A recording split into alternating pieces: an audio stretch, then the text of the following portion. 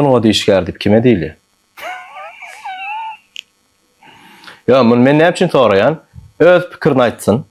Öz pikirini aýt. Soň men öz pikirimi aýtjak. Sunuga diýişgär bolmak üçin şol etýän kärimde napyrym. Etýän kärim sunuga bolsa. Şonu gowwarýan bolsaň.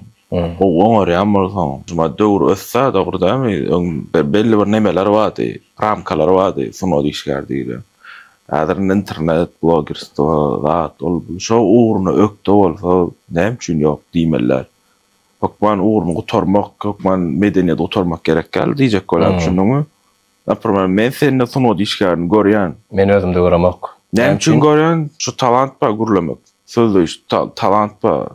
Mende ýok napyrym. Men şuma mikrofon bermälän toýlarda gutda bilemek normal. Men şo üçin Arsana ama yaman öyle zavidu etken şu tarafını. Doğumluluk, kurlap bilmek gerek şol adasını. Şol adın o adam sana oto.